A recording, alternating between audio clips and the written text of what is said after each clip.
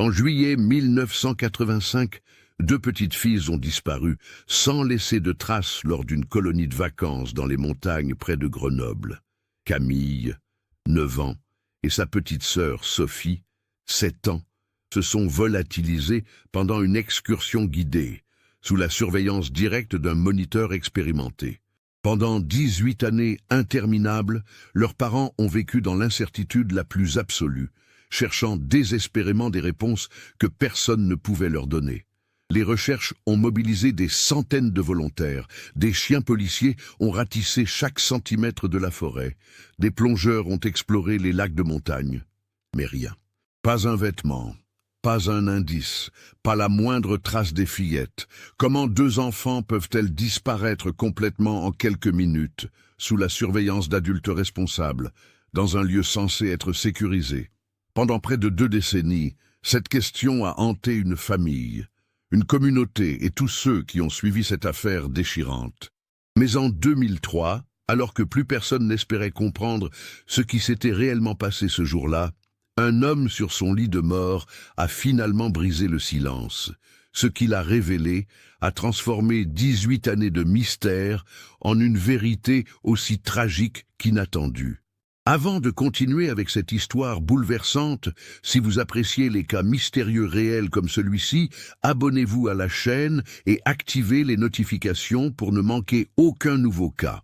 Maintenant, découvrons comment tout a commencé. L'été 1985 était particulièrement chaud dans la région lyonnaise.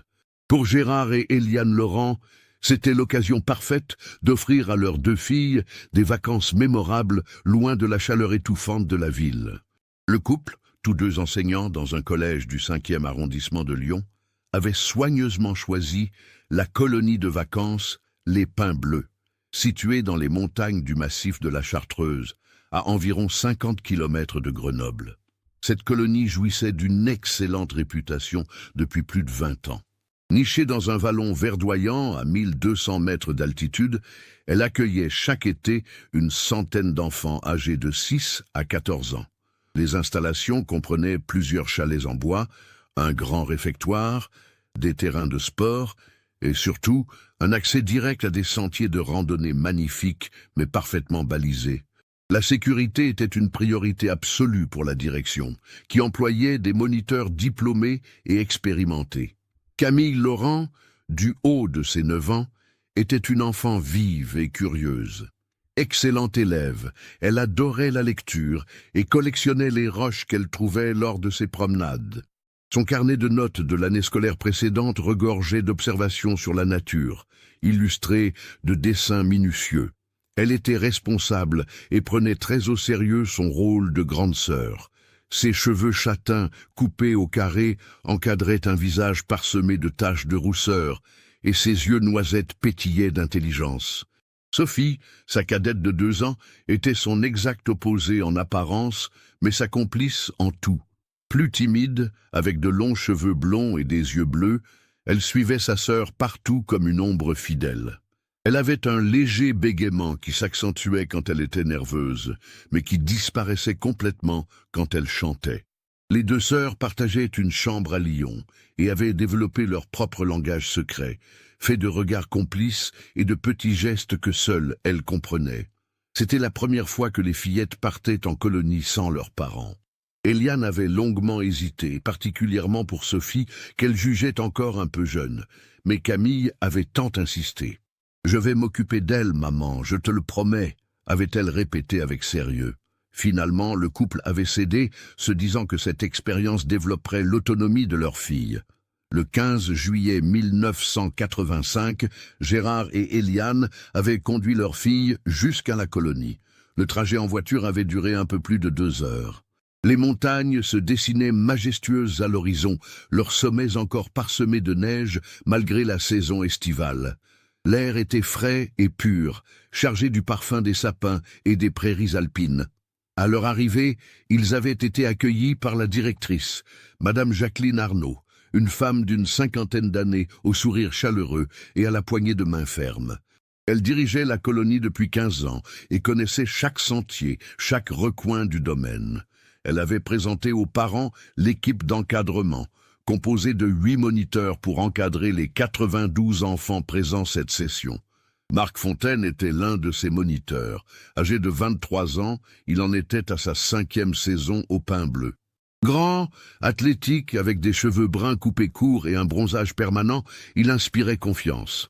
Titulaire du BAFA et d'un brevet de secourisme, il était particulièrement apprécié pour son calme et son sens des responsabilités. Les parents le trouvaient sérieux, les enfants l'adoraient, car il savait raconter des histoires captivantes autour du feu de camp. Marc avait grandi dans la région, à Voiron, une petite ville située au pied du massif. Il connaissait ces montagnes comme sa poche, ayant passé toute son enfance à les parcourir avec son père, guide de haute montagne. Après son baccalauréat, il avait commencé des études de géographie à l'université de Grenoble, tout en travaillant l'été comme moniteur pour financer ses études. Il était fiancé à une jeune femme prénommée Christine, qu'il devait épouser l'année suivante. Camille et Sophie avaient été placées dans le groupe des Marmottes, qui regroupait 12 enfants âgés de 7 à 10 ans. Marc en était le responsable principal, assisté d'une jeune monitrice de 19 ans, Valérie Chevalier, en première année. Le groupe occupait un des chalets, avec des lits superposés et une petite salle commune décorée de dessins d'enfants des années précédentes. Les premiers jours de la colonie s'étaient déroulés à merveille. Les fillettes écrivaient régulièrement à leurs parents. Dans une lettre datée du 19 juillet, Camille racontait avec enthousiasme les activités. Jeux d'orientation, baignade dans le lac naturel voisin, veillée autour du feu. Sophie s'est fait une amie qui s'appelle Amélie. Hier, Marc nous a appris à reconnaître les traces d'animaux dans la forêt. On a vu des empreintes de chevreuil. C'était trop bien. La lettre se terminait par un dessin représentant les montagnes et un soleil souriant. Sophie, de son côté, avait envoyé une carte postale avec un simple message. « Je m'amuse bien. Marc est très gentil. Il m'a aidé à attraper un papillon. Je t'aime, maman. » L'écriture encore maladroite de la petite fille était soigneusement appliquée, sans aucune rature. Rien dans ces messages n'annonçait la tragédie qui allait frapper quelques jours plus tard. Pour Eliane Laurent, ces lettres sont devenues les derniers mots de ses filles, des reliques qu'elle garde précieusement dans une boîte en bois qu'elle ne peut toujours pas lire sans pleurer. Le climat à la colonie était joyeux et détendu. L'équipe d'encadrement fonctionnait bien, chacun connaissait son rôle. Les repas étaient pris en commun dans le grand réfectoire et les enfants participaient à tour de rôle aux tâches quotidiennes, apprenant ainsi la vie en collectivité. Les soirées se terminaient souvent par des chants ou des jeux calmes avant le coucher à 21h30. Marc Fontaine était particulièrement attaché à son groupe.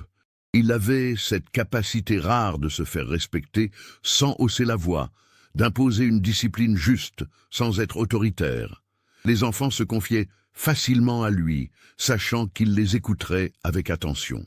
Plusieurs parents avaient remarqué, lors de la journée d'accueil, combien il semblait investi dans son rôle, prenant le temps de mémoriser le prénom de chaque enfant, notant leurs particularités et leurs éventuelles allergies.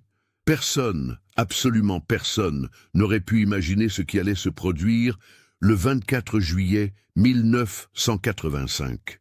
Cette journée devait être marquée par une grande excursion dans la montagne, une sortie que les enfants attendaient avec impatience depuis le début du séjour. C'était une tradition annuelle de la colonie, une randonnée jusqu'à un plateau situé à environ 300 mètres de dénivelé, offrant une vue panoramique exceptionnelle sur la vallée. Le parcours, bien que nécessitant un effort physique certain pour de jeunes enfants, était parfaitement sécurisé et emprunté régulièrement par des familles. Ce jour-là, le ciel était d'un bleu immaculé. La météo annonçait une journée chaude, mais supportable en altitude. Tout semblait parfait pour cette sortie qui allait se transformer en cauchemar. Le 24 juillet 1985 restera à jamais gravé dans les mémoires, comme le jour où l'impossible est devenu réalité. Ce mercredi matin, le réveil à la colonie Les Pins Bleus s'est fait à 7 heures, comme d'habitude. Le soleil filtrait déjà à travers les fenêtres des chalets, promettant une belle journée. Les enfants étaient particulièrement excités car c'était le jour de la grande randonnée. Le petit déjeuner a été pris entre 7h30 et 8h30. Selon plusieurs témoignages, Camille et Sophie étaient en pleine forme. Camille avait soigneusement préparé son petit sac à dos la veille au soir. Une gourde, une casquette, de la crème solaire et son carnet de notes pour dessiner les fleurs de montagne. Sophie portait son t-shirt préféré, jaune avec un dessin de lapin, et des chaussures de randonnée encore toutes neuves que ses parents lui avaient achetées spécialement pour la colonie. Marc Fontaine avait rassemblé son groupe à 9h précises devant le chalet principal. Il avait vérifié que chaque enfant avait de l'eau, un chapeau et de bonnes chaussures. Valérie Chevalier, sa comonitrice, avait fait l'appel. Les 12 enfants étaient présents. Marc avait expliqué le parcours, insistant sur les consignes de sécurité. Rester groupés, ne jamais s'éloigner du sentier et surtout ne jamais dépasser les moniteurs qui ouvraient la marche. Le départ s'est effectué à 9h20. Le groupe des marmottes était accompagné par un autre groupe, celui des chamois, composé de 10 enfants un peu plus âgés et encadré par 2 autres moniteurs, David Mercier et Stéphanie Leblanc. Au total, 22 enfants et 4 adultes prenaient la direction du sentier du Belvédère. Les premiers kilomètres se sont déroulés sans encombre. Le sentier serpentait à travers une forêt de résineux, offrant une ombre bienvenue. Les enfants marchaient 2 par 2. Camille et Sophie étaient ensemble, au milieu du groupe. Plusieurs moniteurs se souviennent les avoir vus discuter entre elles. Sophie montrant du doigt des champignons que Camille identifiait grâce à un petit guide qu'elle avait emprunté à la bibliothèque de la colonie. Vers 10h15, le groupe est sorti de la zone boisée pour aborder un passage en terrain plus découvert, une prairie alpine parsemée de fleurs sauvages. La vue commençait à se dégager sur la vallée en contrebas. Marc Fontaine marchait en tête, suivi de près par les premiers enfants. Valérie fermait la marche, s'assurant que personne ne restait à la traîne. À 10h45, après environ 1h30 de marche, le groupe a atteint un replat naturel que les moniteurs connaissaient bien. C'était un endroit habituel de pause, à mi-parcours environ. Un petit ruisseau descendait de la montagne, formant une vasque naturelle où les enfants pouvaient se rafraîchir les mains et le visage. Quelques rochers plats servaient de siège naturel. Marc a annoncé une pause de 20 minutes. Les enfants se sont dispersés dans un périmètre d'une quinzaine de mètres autour du point de rassemblement, certains s'asseyant sur les rochers, d'autres s'approchant du ruisseau. Les 4 moniteurs avaient pris position de manière à surveiller l'ensemble du groupe. C'était une pause routinière, identique à toutes celles effectuées lors des précédentes randonnées. Camille et Sophie s'étaient installées sur un rocher légèrement en retrait, à environ 10 mètres du ruisseau. Plusieurs enfants les ont vus sortir leur goûter, des barres de céréales et des fruits secs. Sophie buvait de l'eau à sa gourde, pendant que Camille feuilletait son carnet, montrant quelque chose à sa petite sœur. C'est à ce moment précis que tout a basculé, bien que personne ne s'en soit rendu compte immédiatement. Selon la reconstitution établie plus tard par les enquêteurs, il était alors 11h02. Le moment exact où Camille et Sophie ont été vues pour la dernière fois vivantes. Marc Fontaine racontera, lors de ses premiers interrogatoires, s'être approché du groupe d'enfants près du ruisseau pour vérifier que personne ne se penchait dangereusement au-dessus de l'eau. C'était une précaution habituelle de sa part. Valérie Chevalier discutait avec 3 fillettes qui lui montraient des fleurs qu'elles avaient cueillies. Les 2 autres moniteurs géraient leur propre groupe, légèrement à l'écart. À 11h20, Marc a sifflé pour rassembler les enfants et reprendre la marche. C'est là que l'horreur a commencé. Lorsque Valérie a fait l'appel, 2 prénoms sont restés sans réponse. Camille et Sophie. Camille, Sophie, a appelé Marc, scrutant les alentours. Aucune réponse. Un silence étrange s'est installé, troublé seulement par le murmure du ruisseau. Les autres enfants ont regardé autour d'eux, surpris. « Elles étaient là il y a quelques minutes », a dit un garçon prénommé Julien, « sur le rocher, là-bas. » Il pointait du doigt un gros rocher gris, maintenant vide. Marc a immédiatement demandé à tout le monde de rester groupé et s'est mis à appeler les fillettes plus fort. « Camille, Sophie, ce n'est pas drôle, il faut revenir. » Sa voix résonnait dans le silence de la montagne, mais seul l'écho lui répondait. Valérie a rapidement vérifié derrière les rochers les plus proches, pensant que les petites jouaient peut-être à cache-cache. Rien. Marc est descendu vers le ruisseau, vérifiant les berges, craignant un accident. Rien non plus. David Mercier a couru sur le sentier, regardant s'il les voyait devant ou derrière. Toujours rien. 11h25.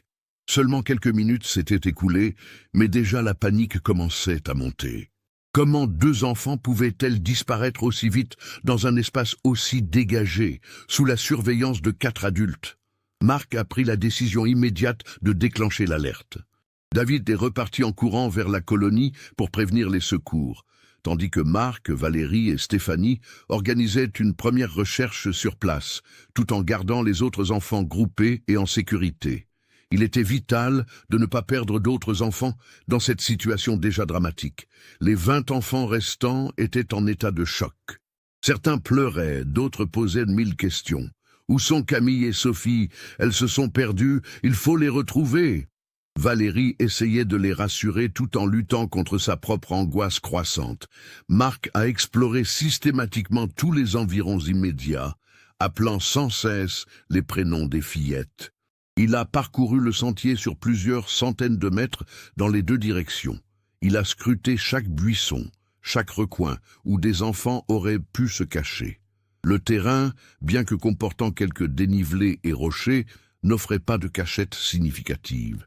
La végétation était basse, composée principalement d'herbes et de fleurs, avec quelques genévriers çà et là. À 11h45, soit environ 45 minutes après la dernière fois où les fillettes avaient été vues, les premiers secours sont arrivés. La gendarmerie de la vallée avait été alertée, ainsi que le peloton de gendarmerie de haute montagne. Madame Arnaud, la directrice, était arrivée en même temps, le visage blême. Elle avait déjà contacté les parents depuis la colonie. À 12h15, Gérard et Eliane Laurent recevaient l'appel qu'aucun parent ne devrait jamais recevoir. Ils étaient chez eux à Lyon, profitant d'un début de vacances tranquille. Eliane avait décroché le téléphone et, dès les premiers mots de Madame Arnaud, son monde s'était effondré. « Madame Laurent, il y a eu un problème. Vos filles, nous ne les trouvons plus. Elles ont disparu lors d'une randonnée. Les secours sont déjà sur place. » Le couple est parti immédiatement pour Grenoble, le cœur battant, l'esprit rempli de scénarios, tous plus terrifiants les uns que les autres. Le trajet, qui leur avait semblé si court quelques jours auparavant, leur parut interminable. Eliane ne cessait de répéter « Ce n'est pas possible, ce n'est pas possible ». Camille est responsable. Elle n'aurait jamais laissé Sophie s'éloigner. Gérard, les mains crispées sur le volant, conduisait le plus vite possible, luttant contre la panique qui menaçait de le submerger. Pendant ce temps, en montagne, l'opération de recherche prenait une ampleur considérable. À 13h, plus de 50 personnes ratissaient le secteur. Gendarmes, pompiers, bénévoles du village voisin, guides de montagne, des chiens pisteurs avaient été amenés et tentaient de suivre une piste à partir des vêtements des fillettes récupérées à la colonie. Les chiens ont montré un comportement étrange. Ils tournaient en rond autour de la zone de la pause, manifestement troublés.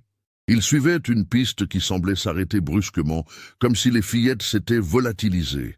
Les maîtres chiens, pourtant expérimentés, n'avaient jamais vu cela. Habituellement, même si une piste se perd, les chiens détectent une direction générale. Là, rien. C'était comme si Camille et Sophie avaient cessé d'exister à cet endroit précis. Un hélicoptère de la gendarmerie survolait la zone, utilisant des caméras thermiques pour détecter toute présence humaine. Rien n'a été repéré. Les recherches se sont étendues dans un rayon de 2 kilomètres autour du point de disparition. Chaque sentier, chaque ravin, chaque anfractuosité rocheuse était inspecté méticuleusement. Les autres enfants de la colonie avaient été ramenés au chalet et leurs parents contactés. Beaucoup sont venus les chercher immédiatement, ne voulant pas prendre le moindre risque. En quelques heures, la colonie s'est vidée. Le groupe des marmottes, témoin de la disparition, a été interrogé un par les gendarmes. Mais aucun n'avait rien vu d'inhabituel. Les fillettes étaient là, puis elles n'y étaient plus. Julien, le garçon qui avait indiqué le rocher où il les avait vues pour la dernière fois, a raconté. Elles mangeaient leur goûter. Camille dessinait dans son carnet. Sophie regardait. Je suis allé au ruisseau avec les autres. Quand Marc a sifflé, j'ai regardé vers le rocher et elles n'étaient plus là. Je pensais qu'elles étaient déjà revenues vers nous. Amélie, la petite amie de Sophie, pleurait sans pouvoir s'arrêter. Sophie m'avait dit qu'elle voulait me montrer quelque chose après la pause. Elle avait trouvé un joli caillou, mais je ne l'ai jamais revu. Marc Fontaine a été interrogé longuement dès le premier jour. Il a répété inlassablement la même version. Il surveillait les enfants près du ruisseau. Les sœurs Laurent étaient sur leur rocher, et quand il a rassemblé le groupe, elles avaient disparu.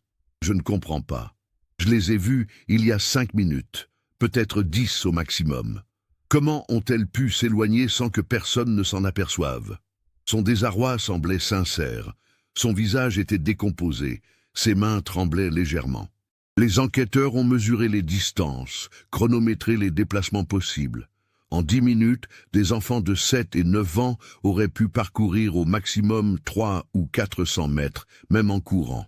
Or, tout ce périmètre avait été fouillé dans la première heure. Si elles s'étaient simplement éloignées, on les aurait trouvées. À 17 heures, Gérard et Eliane Laurent sont arrivés sur place. La vision de toute cette agitation, des uniformes partout, de l'hélicoptère qui survolait encore la zone, les a anéantis. Eliane s'est effondrée dans les bras d'un gendarme. Gérard, le teint livide, a demandé d'une voix blanche « Où sont mes filles? Où sont mes petites filles ?» Madame Arnaud a tenté de les rassurer, expliquant l'ampleur des recherches, la mobilisation de tous. Mais les visages graves des secouristes disaient une autre histoire. Plus les heures passaient sans résultat, plus l'espoir s'amenuisait. La nuit est tombée. Les recherches se sont poursuivies à la lumière des projecteurs. On entendait dans la montagne les appels incessants. « Camille! Sophie !» Chaque son suspect, chaque bruissement était scruté avec espoir. Mais la montagne restait silencieuse, gardant son terrible secret. Ce premier jour s'est achevé sans la moindre piste concrète. 2 petites filles avaient disparu dans des circonstances inexplicables, sous la surveillance d'adultes, dans un lieu dégagé, par une belle journée d'été. C'était impossible. Et pourtant, c'était arrivé. La question qui entrait tous les participants à cette recherche pendant les 18 années suivantes était déjà là, lancinante. Que s'était-il réellement passé pendant ces quelques minutes fatidiques? Les jours suivant la disparition des sœurs Laurent se sont transformés en une opération de recherche d'une ampleur sans précédent dans la région. Pendant 2 semaines complètes, plus de 300 bénévoles ont ratissé chaque mètre carré de montagne dans un rayon de 5 km autour du point de disparition. Des équipes de spéléologues ont exploré les rares cavités souterraines de la zone. Pensant que les fillettes auraient pu tomber dans une fissure, des plongeurs ont sondé tous les lacs et cours d'eau accessibles. Rien. Pas un vêtement, pas un objet personnel, pas la moindre trace. L'inspecteur Henri Garnier, de la gendarmerie de Grenoble, avait été désigné comme responsable de l'enquête.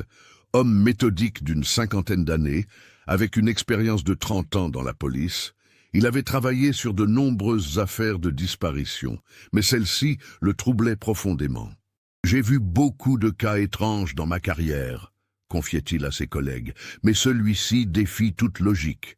Les enfants ne s'évaporent pas dans l'air. Les interrogatoires ont été exhaustifs. Chaque personne présente à la colonie ce jour-là a été entendue, certaines plusieurs fois. Marc Fontaine a été interrogé pendant plus de 15 heures au total, réparties sur plusieurs jours. Les enquêteurs cherchaient une contradiction, un détail qui aurait pu lui échapper, un mensonge. Mais son récit restait cohérent, identique à chaque fois. Sa fiancée Christine a été entendue. Elle a confirmé qu'il était rentré complètement bouleversé le soir de la disparition. Il ne dormait plus. Il se réveillait en sursaut, disant qu'il entendait les fillettes l'appeler. Il se sentait terriblement responsable, même si les enquêteurs lui avaient dit qu'il n'avait rien fait de mal. Valérie Chevalier, la jeune comonitrice, était effondrée. Elle a dû être suivie psychologiquement pendant des mois. Je n'arrête pas de revoir cette pause. J'essaie de me souvenir exactement de ce que je faisais minute par minute. Aurais-je dû les surveiller plus étroitement? Mais elles étaient à 10 mètres de nous. Comment auraient-elles pu partir? La piste de l'enlèvement a été explorée en profondeur. Les gendarmes ont vérifié si des véhicules suspects avaient été aperçus dans la région. Mais le lieu de la pose était inaccessible en voiture, situé à plus d'1 heure de marche de toute route. Il aurait fallu qu'un kidnappeur soit présent sur place, au bon moment, qu'il parvienne à convaincre ou maîtriser 2 enfants sans que les 20 autres ni les 4 adultes ne remarquent quoi que ce soit, puis qu'ils disparaissent sans laisser de traces dans un terrain découvert. Les enquêteurs ont jugé ce scénario hautement improbable, voire impossible. L'hypothèse d'une fugue a été écartée presque immédiatement. Les fillettes étaient heureuses à la colonie. Leurs lettres en témoignaient. Elles n'avaient aucune raison de partir. De plus, elles n'avaient emporté ni nourriture supplémentaire, ni vêtements, ni argent. Et surtout, à 7 et 9 ans, comment auraient-elles survécu seules dans la montagne pendant plus de 2 semaines sans être repérées? La théorie la plus probable, selon les experts, était celle d'un accident. Les fillettes auraient pu s'éloigner quelques instants, attirées par quelque chose, et auraient chuté dans un endroit inaccessible. Mais malgré les recherches intensives, aucun tel endroit n'a été identifié dans le secteur. Les falaises les plus proches étaient à plus d'1 kilomètre. Les gendarmes ont même fait venir des drones, une technologie encore balbutiante à l'époque, pour photographier les zones les plus difficiles d'accès. Sans résultat. La colonie Les Pins Bleus a fermé ses portes définitivement en septembre 1985. La direction ne s'en est jamais remise. Madame Arnaud, qui avait consacré 15 ans de sa vie à cet établissement, est tombée dans une profonde dépression. « Comment ai-je pu laisser cela arriver sous ma responsabilité ?» répétait-elle sans cesse. Elle est décédée 3 ans plus tard d'une crise cardiaque. Beaucoup ont dit que c'était le chagrin qui l'avait tuée. Pour Gérard et Eliane Laurent, la vie s'était arrêtée le 24 juillet. Les premiers mois, ils sont restés dans la région, participant activement aux recherches, plaçardant des affiches dans toute la vallée, interrogeant eux-mêmes les habitants. L'affiche montrait 2 photos souriantes de Camille et Sophie avec la mention « Disparu le 24 juillet 1985 ». Si vous avez des informations, contactez la gendarmerie de Grenoble. Eliane a dû être hospitalisée en septembre pour épuisement nerveux.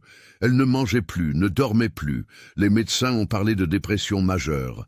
Gérard tenait bon par la force des choses, mais ses collègues au collège le trouvaient changé, absent, comme une coquille vide. À la rentrée scolaire, le couple a dû retourner à Lyon pour reprendre le travail.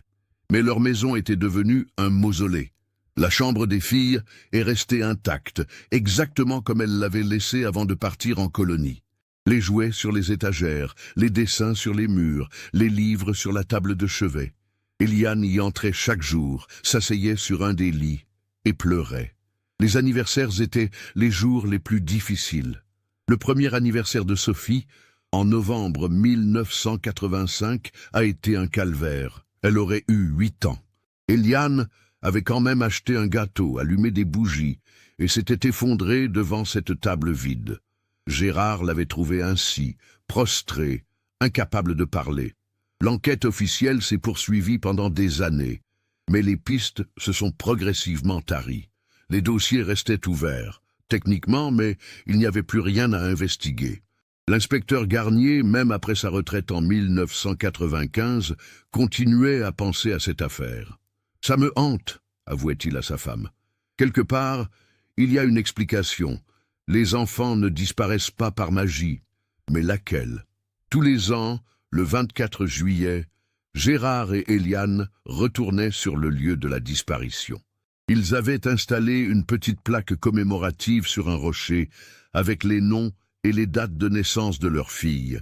Ils y déposaient des fleurs fraîches, s'asseyaient et restaient là pendant des heures, espérant peut-être entendre un appel, voir leurs filles surgir de derrière un arbre. Mais seul le murmure du ruisseau leur répondait. Le couple s'est progressivement isolé socialement. Les amis ne savaient plus quoi dire, comment se comporter. Les tentatives de réconfort sonnaient faux. « Vous devez continuer à vivre », leur répétait-on. Mais comment vivre quand une partie de vous a disparu sans explication? Les invitations se sont espacées, puis ont cessé. Gérard et Eliane se sont repliés sur eux-mêmes, enfermés dans leur douleur. La relation du couple, si solide auparavant, s'est fissurée sous le poids du chagrin. Ils ne communiquaient plus vraiment, chacun enfermé dans son propre désespoir. Eliane reprochait parfois à Gérard d'avoir insisté pour envoyer les filles en colonie. Lui se reprochait de ne pas avoir écouté ses propres doutes. Ces reproches mutuels, même jamais exprimés clairement, créaient un mur invisible entre eux. Marc Fontaine avait quitté la région peu après la fermeture de la colonie. Il avait terminé ses études et avait trouvé un poste de professeur de géographie dans un lycée de Valence, à environ 100 km de Grenoble. Il s'était marié avec Christine en 1986, comme prévu, mais plusieurs de leurs amis communs ont remarqué qu'il n'était plus le même. Il était devenu plus sombre, plus renfermé, témoignera plus tard un de ses collègues. Il ne parlait jamais de son expérience comme moniteur, alors qu'avant cela semblait être un moment heureux de sa vie.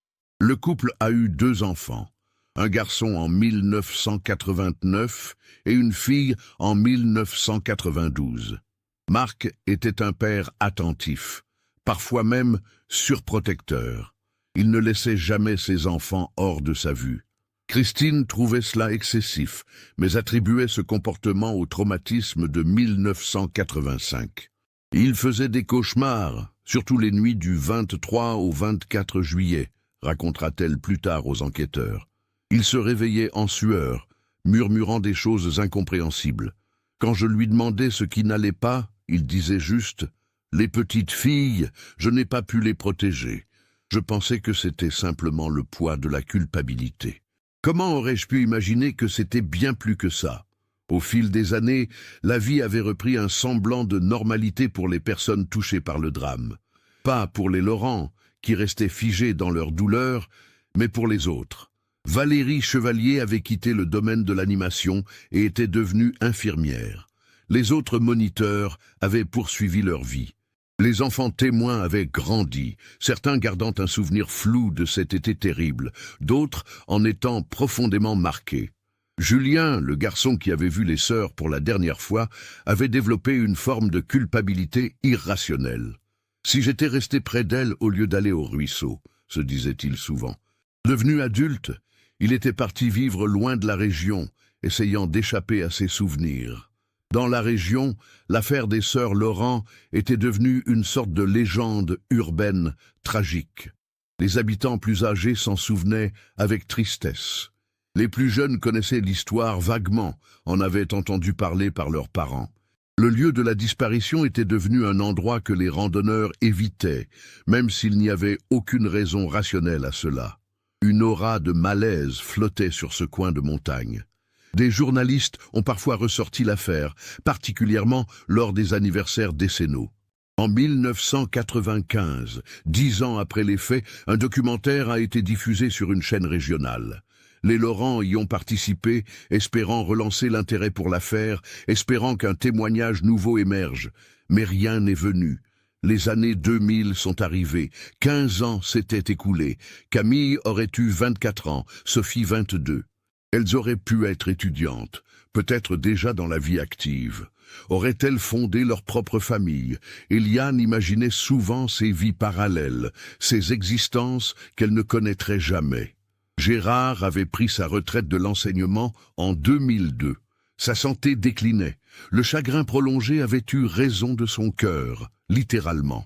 Il avait fait plusieurs alertes cardiaques. Les médecins étaient clairs. Le stress et la douleur émotionnelle avaient contribué à son état. Eliane, elle, tenait bon physiquement, mais semblait avoir vieilli de 30 ans en 15. Le couple avait perdu tout espoir de retrouver leur fille vivante. Désormais, ils espéraient juste comprendre, savoir ce qui s'était passé. Pouvoir enterrer leurs enfants si des corps étaient retrouvés, avoir une forme de clôture, aussi terrible soit-elle. Ne pas savoir est la pire des tortures, répétait Eliane. Chaque bruit de sonnette, chaque coup de téléphone, je sursaute, pensant que c'est peut-être la police avec des nouvelles. Mais c'est toujours une déception, ce faux espoir permanent est épuisant. Dans leur cercle familial et amical, on évitait soigneusement le sujet. Les petits-neveux et nièces ne savaient pas vraiment pourquoi tante Éliane et oncle Gérard semblaient si tristes. On leur avait vaguement expliqué qu'ils avaient perdu leur fille, il y a longtemps, mais les détails restaient flous. C'était trop douloureux pour en parler. Personne ne se doutait que quelque part à Valence, un homme portait un secret si lourd qu'il ne dormait plus paisiblement depuis 18 ans. Un secret qui rongeait son âme jour après jour. Un secret qui allait bientôt éclater de la manière la plus inattendue.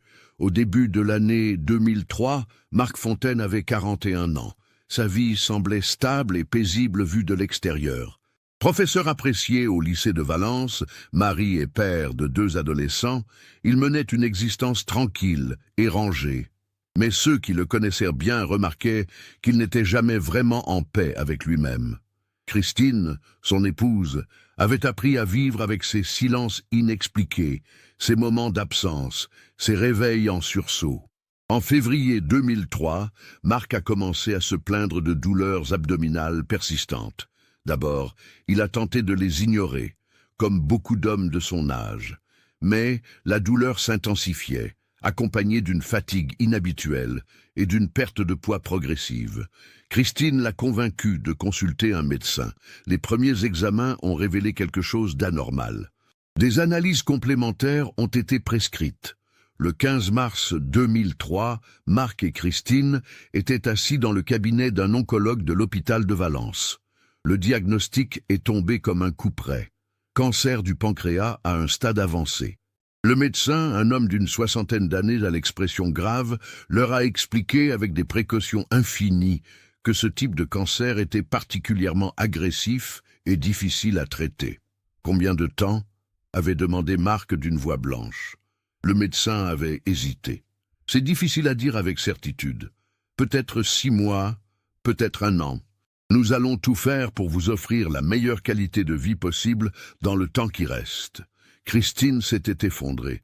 Leur fils avait 14 ans, leur fille 11. Comment annoncer cela aux enfants? Comment accepter cette sentence de mort? Marc, étrangement, était resté très calme. « Je comprends », avait-il simplement dit. Dans les semaines qui ont suivi, Marc a commencé un traitement palliatif. La chimiothérapie le rendait malade, épuisé. Il avait dû arrêter de travailler. Les journées se passaient entre l'hôpital pour les traitements et la maison où il restait couché, regardant le plafond pendant des heures. C'est pendant ces longues heures de solitude forcée que quelque chose a commencé à changer en lui. Confronté à sa propre mortalité, Marc s'est mis à réfléchir à sa vie, à ses actes, à son héritage. Qu'allait-il laisser derrière lui? Ses enfants se souviendraient d'un père aimant, ses élèves d'un professeur compétent. Mais il y avait cette ombre, ce poids terrible qu'il portait depuis 18 ans. Les cauchemars se sont intensifiés. Presque chaque nuit, Marc revoyait le 24 juillet 1985. Il revoyait les visages de Camille et Sophie. Il entendait leur voix. Dans ses rêves, elles le suppliaient. « Pourquoi? Pourquoi tu ne dis rien ?» Il se réveillait en sueur, parfois en criant, terrifiant Christine qui ne savait plus comment l'aider.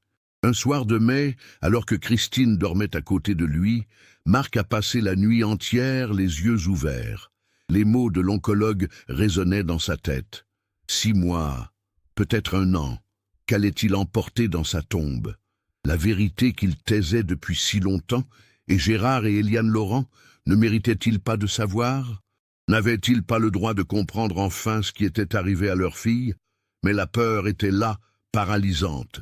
Dire la vérité signifiait détruire sa propre famille.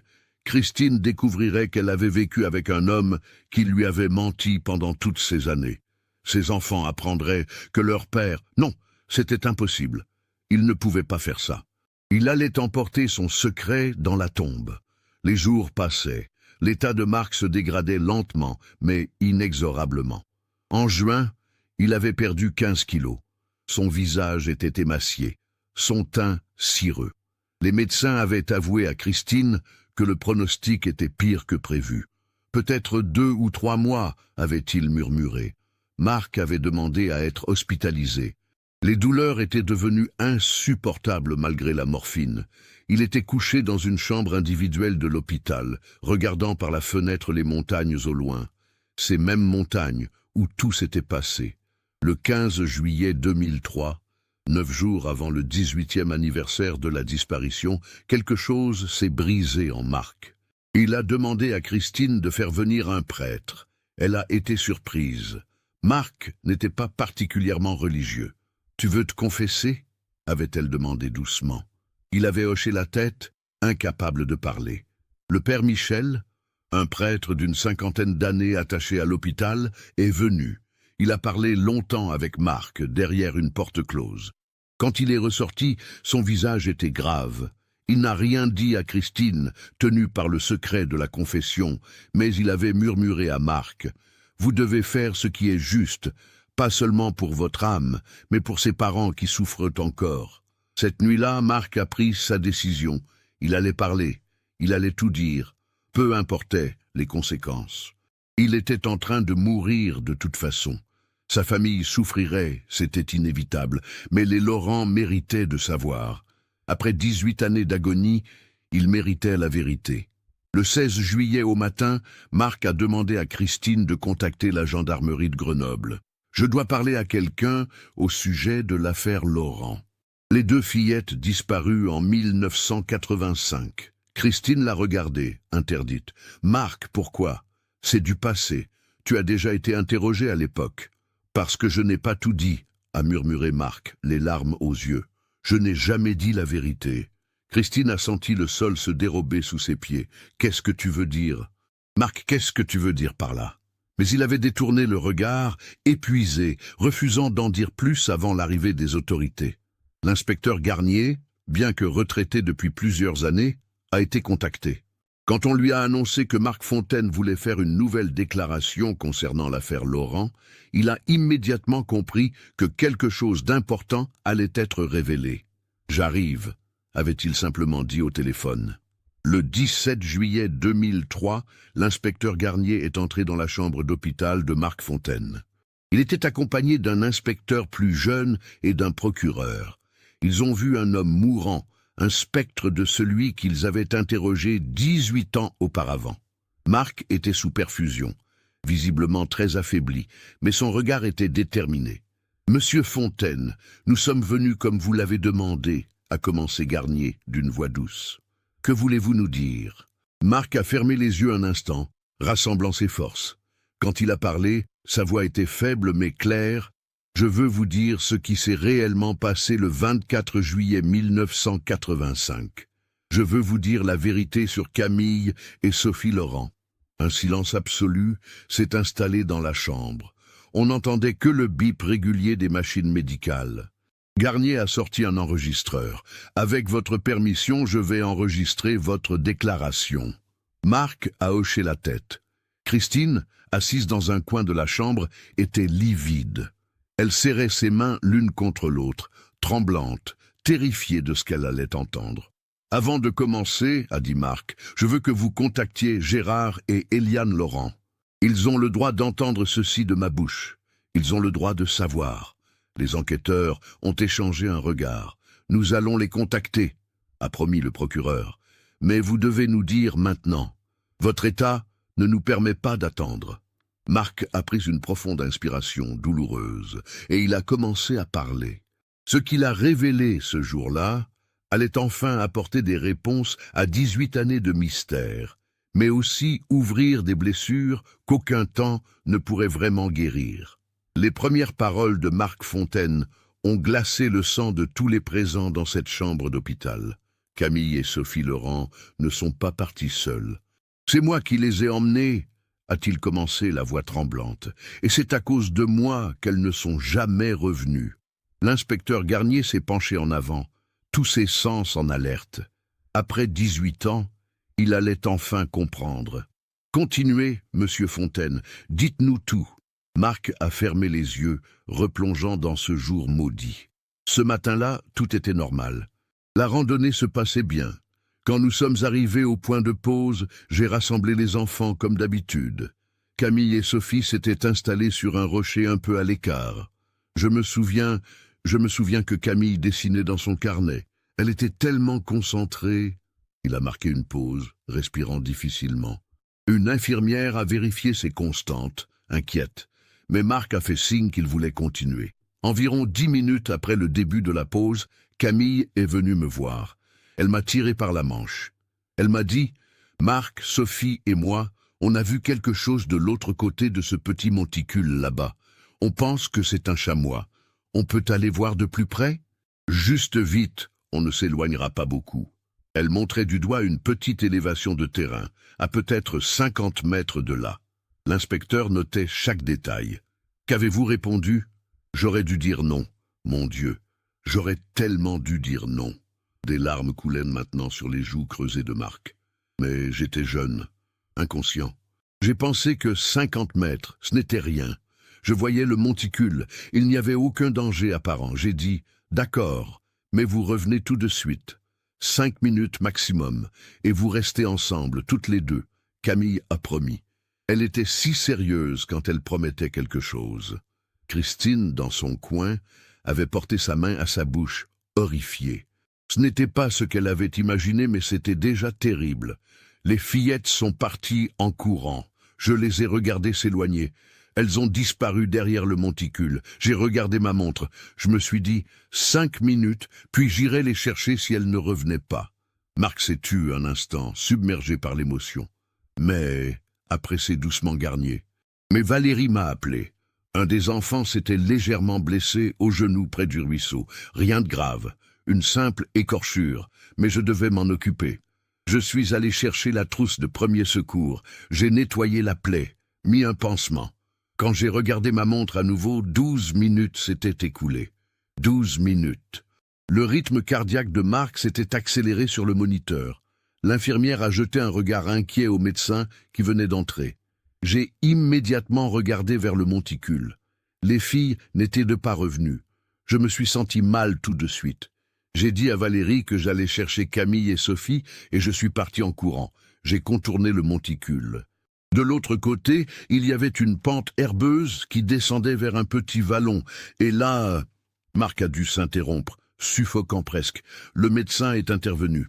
« Messieurs, mon patient est très faible. Peut-être devriez-vous revenir plus tard. » « Non !» s'est écrié Marc avec une force surprenante. « Non, je dois finir, laissez-moi finir !» Après avoir repris son souffle, il a continué. Là, j'ai vu Sophie. Elle était au bas de la pente, immobile. Elle avait glissé. La pente n'était pas très raide, peut-être 30 degrés, mais elle avait dû perdre l'équilibre et rouler sur une dizaine de mètres. Elle était sur le dos, les bras en croix. Même de loin, j'ai vu que quelque chose n'allait pas. J'ai dévalé la pente en criant son nom. Les mots sortaient maintenant dans un flot ininterrompu, comme si Marc ne pouvait plus s'arrêter. Quand je suis arrivé près d'elle, j'ai compris immédiatement. Sa tête avait heurté un rocher pendant la chute. Il y avait du sang dans ses cheveux blonds. Ses yeux étaient ouverts, mais ne me voyaient pas. J'ai posé mes doigts sur son cou, cherchant son pouls. Rien. J'ai essayé de la ranimer, j'ai fait tout ce que je savais faire, bouche à bouche, massage cardiaque, mais elle était partie. Elle avait 7 ans et elle était morte. Un silence de mort a suivi ces mots. Christine sanglotait maintenant sans retenue. L'inspecteur Garnier, malgré toute son expérience, sentait une boule dans sa gorge. Et Camille ? A-t-il demandé, bien qu'il devinait déjà la réponse. Camille... Marc a fermé les yeux et de nouvelles larmes ont coulé. Camille était à genoux à côté de sa petite sœur. Elle la secouait en pleurant. « Sophie, Sophie, réveille-toi, s'il te plaît, réveille-toi !» Elle me regardait avec des yeux terrifiés. « Marc, qu'est-ce qu'elle a ? Pourquoi elle bouge pas ? Aide-la !» J'ai essayé de lui expliquer que Sophie était gravement blessée, que je devais aller chercher de l'aide. Mais Camille ne voulait pas lâcher sa sœur. Marc a marqué une longue pause, rassemblant ses forces pour la suite du récit. C'est là que j'ai paniqué. Complètement. Je me suis dit, je suis responsable. J'ai laissé ces enfants partir.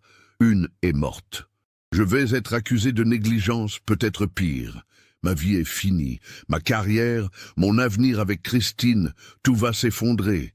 Et puis j'ai eu cette pensée horrible, impardonnable. Il a ouvert les yeux et a regardé directement Garnier. J'ai pensé... Si personne ne sait qu'elles sont parties avec ma permission, si tout le monde pense qu'elles se sont éloignées d'elles-mêmes, je ne serai pas tenu responsable. C'est monstrueux, je sais. Mais c'est ce que j'ai pensé. J'avais 23 ans. J'étais terrorisé et j'ai pris la pire décision de ma vie. Qu'avez-vous fait? La voix de Garnier était glaciale maintenant. J'ai dit à Camille qu'on allait cacher Sophie quelque part et que j'irais chercher les secours après. Que personne ne devait savoir qu'elles étaient reparties. Camille ne comprenait pas. Elle pleurait, disait qu'il fallait prévenir tout de suite. Mais j'ai insisté. J'ai manipulé une enfant de 9 ans en état de choc. Marc respirait par à-coups maintenant, la douleur physique et émotionnelle se mêlant. J'ai porté le corps de Sophie. Il y avait, à environ 100 mètres de là, une fissure dans le rocher, une sorte de crevasse naturelle, pas très large, mais profonde. On ne la voyait pas si on ne savait pas qu'elle était là. Mon père me l'avait montré des années auparavant. J'y suis allé avec Camille, qui me suivait en pleurant. J'ai déposé Sophie dans cette crevasse. Son corps a glissé dans l'obscurité. Je n'ai même pas entendu quand il a touché le fond. L'horreur de la scène qu'il décrivait était presque insoutenable. Christine avait quitté la chambre en courant, incapable d'en entendre davantage. Et ensuite, a demandé le procureur, la mâchoire serrée. Ensuite, Marc a fermé les yeux à nouveau. Ensuite, je me suis tourné vers Camille. Elle me regardait avec ses yeux immenses, pleins de larmes et d'incompréhension. Elle a dit « Pourquoi tu as fait ça? Il faut sortir Sophie de là. Marc, s'il te plaît. » Elle a commencé à crier. J'ai eu peur qu'on nous entende du point de pause, même si on était loin. J'ai essayé de la calmer, de lui expliquer qu'on allait y retourner plus tard avec les adultes, mais elle ne me croyait pas. Elle criait de plus en plus fort. « Tu as tué ma sœur. Tu l'as tuée. » Marc sanglotait maintenant. Elle ne comprenait pas que Sophie était déjà morte quand je l'avais trouvée. Dans son esprit d'enfant, c'était moi le coupable. Elle est devenue hystérique. Elle s'est mise à courir vers la crevasse, voulant rejoindre sa sœur. Je l'ai rattrapée. On était juste au bord. Je la tenais par le bras. Elle se débattait, criait. Et là, il s'est tu. Le silence était insoutenable. Et là, a répété Garnier, elle a perdu l'équilibre. Ou peut-être que je l'ai fait perdre en la tenant trop fort. Je ne sais plus. Tout s'est passé si vite. Elle a basculé en arrière. J'ai essayé de la retenir, j'ai vraiment essayé. Mais ses mains ont glissé des miennes. Elle est tombée dans la crevasse. J'ai entendu un cri, puis un bruit sourd, puis plus rien. Plus rien du tout. Marc pleurait sans retenue maintenant. Je me suis penché au-dessus de la fissure. J'ai appelé. Aucune réponse. Juste l'obscurité et le silence. Camille était tombée au moins 10 mètres plus bas, avec Sophie, mes 2 petites. Sa voix s'est brisée complètement. Le médecin a fait un signe aux enquêteurs. Il a besoin de se reposer. Vous avez ce qu'il vous faut pour l'instant. Mais Marc a agrippé le bras de Garnier avec une force surprenante. Attendez, il faut que vous alliez les chercher. Il faut que leurs parents puissent les enterrer. Je vais vous dire exactement où c'est. Vous avez une carte? Le jeune inspecteur a sorti une carte topographique de la région.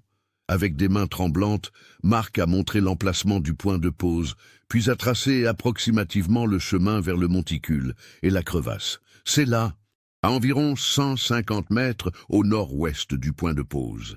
La crevasse fait peut-être 40 centimètres de large à l'ouverture.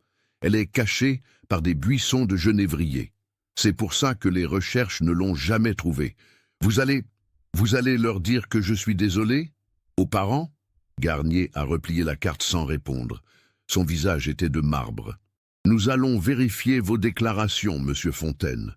Si ce que vous dites est vrai, les corps des fillettes Laurent seront récupérés et rendus à leur famille. Et moi? A demandé Marc faiblement. Qu'est-ce qui va m'arriver? Le procureur a répondu froidement. Vous serez inculpé, sans aucun doute, homicide involontaire, non-assistance à personne en danger, dissimulation de cadavre. Votre état de santé sera pris en compte pour la procédure, mais vous devrez répondre de vos actes. Marc a hoché la tête. Je sais, je le mérite. Mais au moins, ils sauront. Après 18 ans, ils sauront enfin. Les enquêteurs ont quitté la chambre. Dans le couloir, Garnier s'est appuyé contre le mur, épuisé émotionnellement. 18 ans, a-t-il murmuré. 18 ans de mensonges.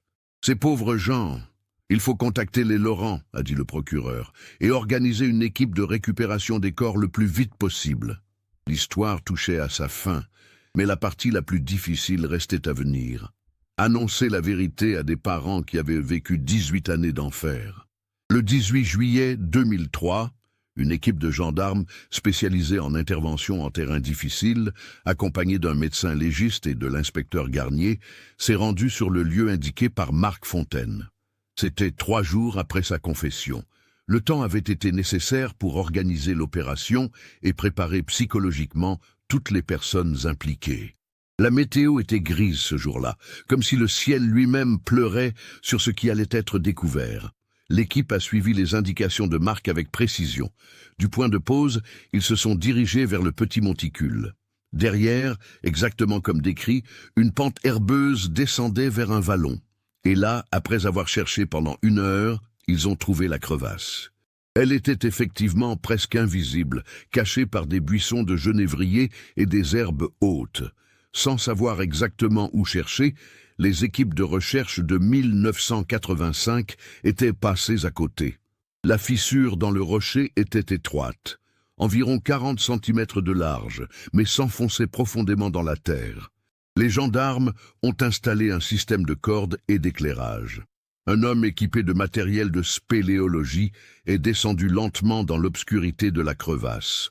La descente était dangereuse, les parois étant irrégulières et instables. À environ 12 mètres de profondeur, la crevasse s'élargissait en une petite cavité. Et là, après 18 années d'absence, Camille et Sophie Laurent ont été retrouvés. Les corps, ou plutôt ce qu'il en restait, étaient étonnamment bien préservés grâce à l'environnement frais et sec de la cavité. Les squelettes étaient encore partiellement vêtus. Les tissus synthétiques avaient mieux résisté que le coton. On distinguait encore le t-shirt jaune de Sophie, celui avec le lapin, désormais décoloré et déchiré. Le petit sac à dos de Camille était là aussi, avec son carnet de notes miraculeusement intact, les pages protégées par la couverture plastifiée. Le gendarme qui a fait la découverte, un homme endurci pourtant habitué aux situations difficiles, a dû s'interrompre plusieurs fois, submergé par l'émotion. Il a fallu plusieurs heures pour récupérer les restes avec le respect et les précautions nécessaires. Chaque os, chaque objet personnel était documenté, photographié, traité avec une délicatesse infinie. Le médecin légiste a pu confirmer rapidement la cause des décès. Sophie présentait une fracture du crâne compatible avec une chute et un impact sur un objet dur. Le décès avait dû être quasi instantané. Camille montrait des fractures multiples du squelette, cohérentes avec une chute d'une hauteur de plus de 10 mètres. Le scénario raconté par Marc Fontaine correspondait aux évidences médico-légales. Pendant ce temps, à Lyon, Gérard et Éliane Laurent avaient été convoqués par l'inspecteur Garnier. Ils s'étaient rendus à la gendarmerie le cœur battant, n'osant espérer, mais ne pouvant s'en empêcher. Après 18 ans, pourquoi les convoquer maintenant? Que savaient-ils? Garnier les a fait asseoir dans une salle privée. Il y avait aussi un psychologue, prévu pour les aider à affronter ce qui allait suivre. L'inspecteur a pris une profonde inspiration. Comment annonce-t-on à des parents que leurs enfants, disparus depuis près de 2 décennies, ont été retrouvés morts? Monsieur et Madame Laurent, a-t-il commencé doucement, nous avons du nouveau concernant Camille et Sophie. Éliane a porté sa main à sa poitrine. Gérard s'est raidi. Vous les avez retrouvés, a demandé Éliane d'une voix tremblante. Oui, nous les avons retrouvés ce matin. Garnier a marqué une pause. Je suis infiniment désolé de vous annoncer qu'elles sont décédées. Elles sont décédées le jour même de leur disparition, le 24 juillet 1985. Le cri qu'a poussé Éliane résonne encore dans les mémoires de tous ceux qui étaient présents ce jour-là. C'était un cri animal, viscéral, le son de l'âme qui se brise définitivement. Gérard, lui, s'est effondré sur sa chaise, incapable de pleurer, en état de choc complet. « Non !» murmurait Éliane entre 2 sanglots. « Non, non, non, mes bébés, mes petites filles. » Pendant tout ce temps, le psychologue s'est approché, a tenté de les réconforter, mais que dire face à une telle douleur? Garnier leur a laissé le temps de se ressaisir un minimum, puis il a dû leur expliquer. Il leur a raconté la confession de Marc Fontaine, les circonstances du drame, le terrible enchaînement d'événements. À mesure qu'Eliane comprenait ce qui s'était réellement passé, l'horreur se transformait en rage. Il les a laissés mourir. Il a caché leur corps pendant 18 ans, pendant que nous les cherchions, pendant que nous mourions à petit feu. Il savait. Il savait où elles étaient. Gérard avait les yeux fixés dans le vide. Quand il a finalement parlé, sa voix était méconnaissable. On lui avait confié nos filles, on lui avait fait confiance, et il les a tuées par négligence, puis il a menti. Pendant 18 ans, il nous a laissés dans l'ignorance. Il y a autre chose que vous devez savoir, a ajouté Garnier avec précaution. Marc Fontaine est mourant, cancer en phase terminale, c'est ce qui l'a poussé à avouer. Il n'a peut-être plus que quelques semaines à vivre. Qu'il meure, a sifflé Eliane, avec une violence dont elle ne se serait jamais crue capable. Qu'il souffre comme nous avons souffert. Ce n'est rien comparé à 18 années d'agonie. Dans les jours qui ont suivi, l'affaire a fait les gros titres de tous les journaux régionaux et nationaux. Disparition des sœurs Laurent. La vérité éclate après 18 ans, titrait un quotidien. Un moniteur de colonie avoue avoir caché la mort de 2 fillettes, annonçait un autre. La société s'est déchirée sur le cas de Marc Fontaine. Certains voyaient en lui un monstre qui avait délibérément laissé mourir des enfants et menti pendant près de 2 décennies. D'autres, plus nuancés, reconnaissaient le terrible accident initial et la panique d'un jeune homme de 23 ans dépassé par les événements, tout en condamnant fermement ses choix ultérieurs. Christine, son épouse, a demandé le divorce immédiatement. Je ne sais plus qui est l'homme avec qui j'ai vécu toutes ces années. J'ai l'impression d'avoir partagé ma vie avec un étranger. Leurs enfants, adolescents, étaient dévastés. Leur père, qu'ils avaient tant aimé, était responsable de la mort de 2 enfants et avait menti durant toute leur vie. Marc a été officiellement inculpé depuis son lit d'hôpital. Trop faible pour être transféré en détention, il est resté hospitalisé sous surveillance policière. Le procureur a annoncé qu'un procès aurait lieu, même symbolique, même si l'accusé risquait de ne pas vivre assez longtemps pour y assister. Le 25 juillet 2003, exactement 18 ans et un jour après la disparition, Gérard et Eliane Laurent ont enfin pu voir leur fille une dernière fois. Les restes avaient été transférés à l'Institut médico-légal. Ce n'étaient plus vraiment leurs enfants, juste des ossements et quelques objets, mais c'était tout ce qui restait de Camille et Sophie. Eliane a tenu contre elle le carnet de notes de Camille. Elle l'a ouvert avec des mains tremblantes. Les derniers dessins de sa fille étaient là. Des fleurs de montagne, un papillon, le portrait maladroit d'une petite fille qui devait être Sophie. Sur la dernière page utilisée, datée du 23 juillet 1985, Camille avait écrit « Demain, grande randonnée. J'ai hâte, je vais ramener de beaux dessins à maman et papa. » Eliane n'avait plus de larmes. Elle était au-delà des pleurs, dans une zone de douleur pure, où les émotions n'ont plus de nom. Gérard tenait le petit lapin en peluche que Sophie avait emporté en secret dans son sac, retrouvé au fond de la crevasse. Il était sale, décoloré, mais c'était le doudou que sa fille serrait chaque soir pour s'endormir. Elle avait peur sans lui, a-t-il murmuré. C'est pour ça qu'elle l'avait caché dans son sac, nos petites filles. Les funérailles ont eu lieu début août 2003. Une cérémonie sobre mais émouvante dans l'église du 5e arrondissement de Lyon, où les fillettes avaient été baptisées. Des centaines de personnes étaient présentes. Anciens camarades de classe, devenus adultes, enseignants, voisins, et de nombreux inconnus touchés par cette histoire tragique. 2 petits cercueils blancs contenaient les restes de Camille et Sophie Laurent. 18 ans après leur départ pour une colonie de vacances qui devait être joyeuse, elles rentraient enfin chez elles pour être mises en terre. Le curé, dans son homélie, a parlé de justice, de pardon, de la difficulté de comprendre pourquoi de telles tragédies arrivent. Mais ces mots, aussi bien intentionnés soient-ils, semblaient vides face à l'ampleur du drame. Comment parler de pardon quand la douleur est si totale? Marc Fontaine n'a évidemment pas assisté aux funérailles. Il était toujours à l'hôpital, de plus en plus faible. Il a demandé à ce qu'on transmette ses excuses aux parents, mais Eliane et Gérard ont refusé de recevoir quelque message que ce soit de sa part. 3 semaines après sa confession, le 8 août 2003, Marc Fontaine est décédé. Le cancer l'avait emporté. Ses derniers jours ont été solitaires. Christine et les enfants ne lui rendaient plus visite. Il était mort comme il avait vécu depuis 1985, avec son terrible secret, même si ce secret avait finalement été révélé. Certains ont vu dans sa mort une forme de justice. D'autres ont estimé qu'il avait échappé à un procès et à une condamnation qu'il méritait. Mais pour Gérard et Eliane Laurent, la mort de Marc Fontaine ne changeait rien. Leurs filles étaient mortes. 18 années de leur vie avaient été volées par le mensonge. Aucune justice, aucune punition ne pourrait réparer cela. Les mois qui ont suivi les funérailles ont été particulièrement difficiles pour la famille Laurent. Pendant 18 ans, ils avaient vécu dans l'espoir irrationnel que peut-être, d'une manière ou d'une autre, leur fille reviendrait. Maintenant, cet espoir était définitivement mort. La réalité de la perte était encore plus cruelle que l'incertitude. L'enquête officielle a été close en septembre 2003.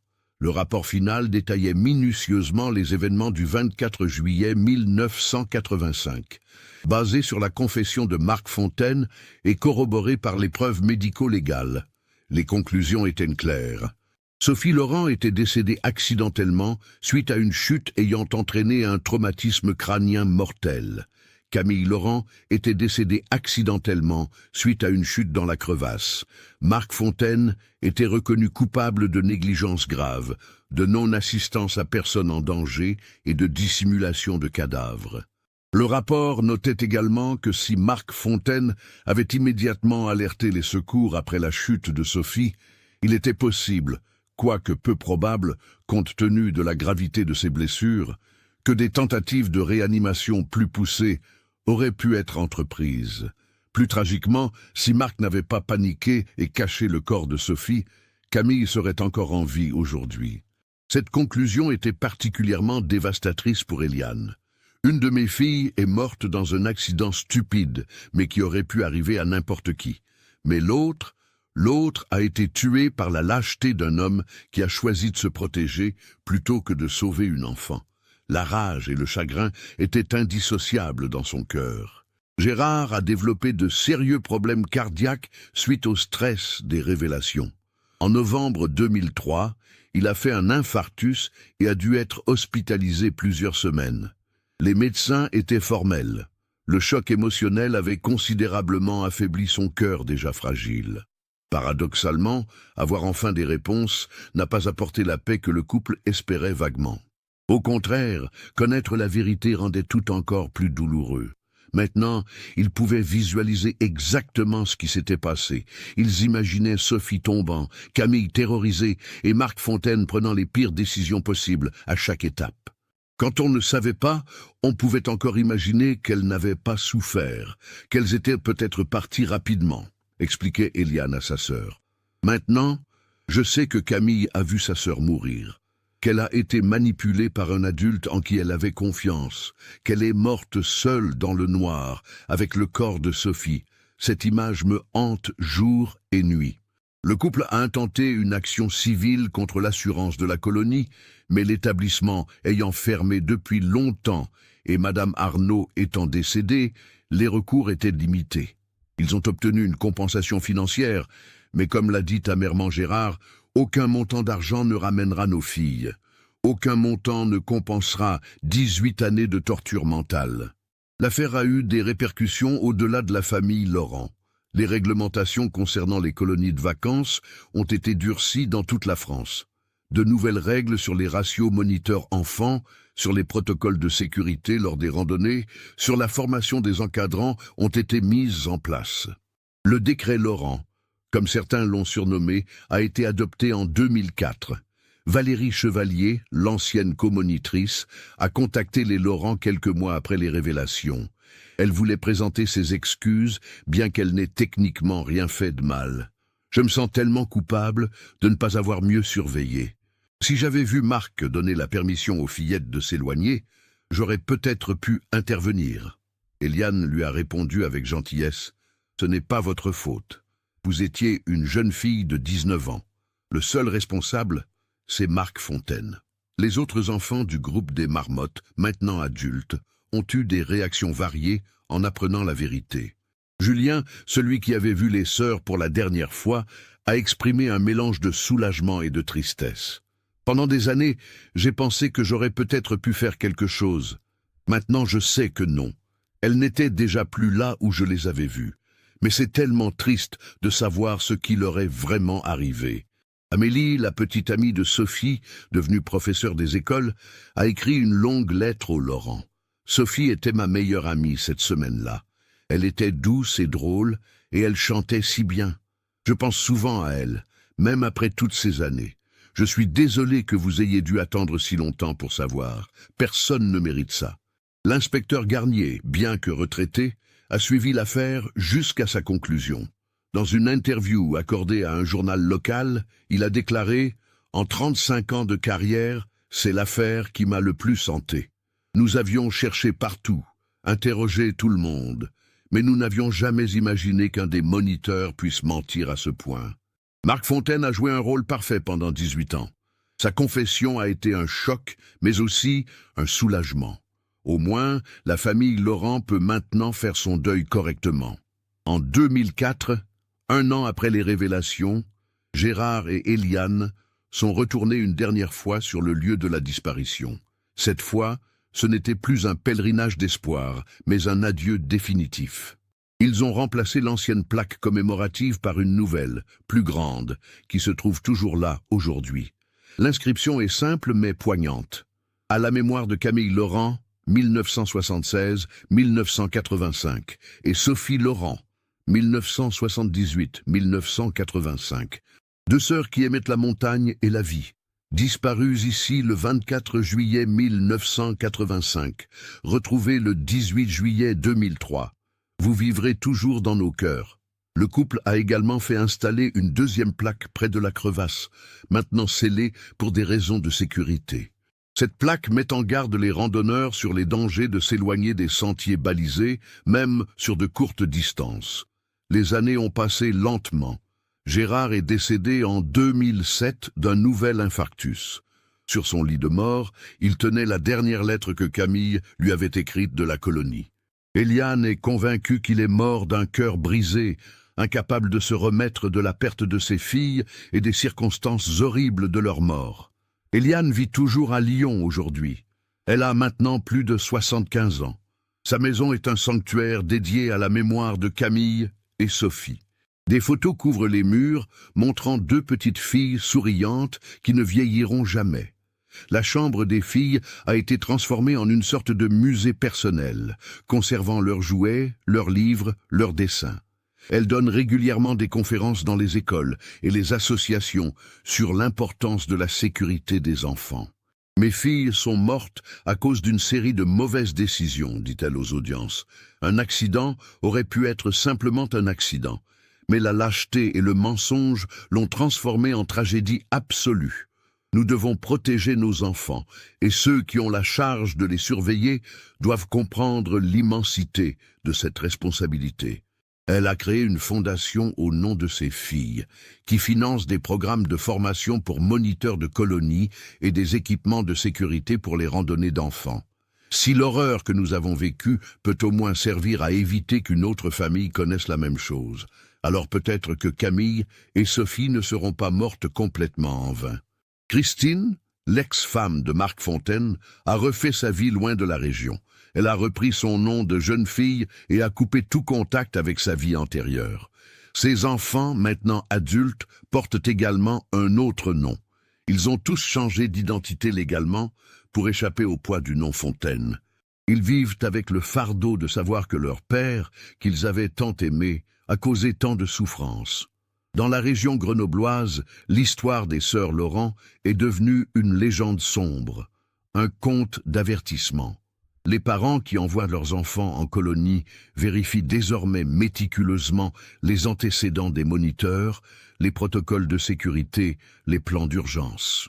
L'innocence d'une époque plus insouciante a été définitivement perdue. Le lieu de la disparition, bien que toujours accessible aux randonneurs, est rarement fréquenté. Il y a quelque chose d'oppressant dans cet endroit où 2 vies se sont terminées de manière si tragique. Les gens qui y passent disent ressentir une tristesse inexplicable, comme si la montagne elle-même portait le deuil. Chaque année, le 24 juillet, des inconnus viennent déposer des fleurs près de la plaque commémorative. Certains ont connu l'affaire à l'époque, d'autres l'ont découverte plus tard à travers les documentaires et les articles qui continuent d'être produits. L'histoire de Camille et Sophie touche quelque chose de profondément humain. Notre besoin de protéger les innocents et notre incompréhension face à ceux qui trahissent cette confiance sacrée. Eliane Laurent continue son pèlerinage annuel.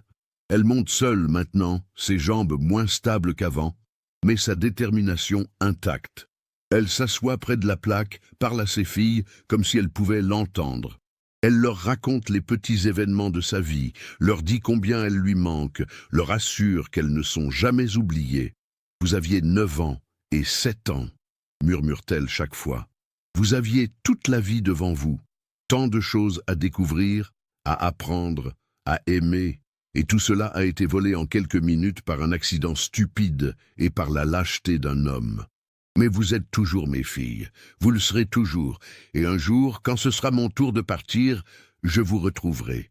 Cette fois, plus personne ne nous séparera jamais. Le vent de la montagne souffle doucement sur les fleurs fraîches.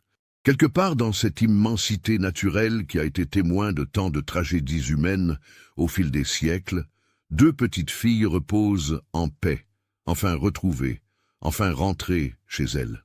Leur histoire, aussi déchirante soit-elle, rappelle à tous l'importance cruciale de la responsabilité, de l'honnêteté et de la valeur inestimable de la vérité, même quand elle arrive trop tard. Cette histoire nous montre à quel point une série de mauvaises décisions, motivées par la peur et l'égoïsme, peut transformer un accident tragique en catastrophe absolue. Marc Fontaine a choisi de protéger sa propre réputation plutôt que de faire ce qui était juste. Et cette décision a coûté la vie à Camille Laurent et a volé 18 années de paix à ses parents. Ce cas soulève des questions profondes sur la responsabilité, le courage moral et les conséquences durables du mensonge. Qu'en pensez-vous? Avez-vous perçu les signes tout au long de cette narration? Partagez vos réflexions dans les commentaires.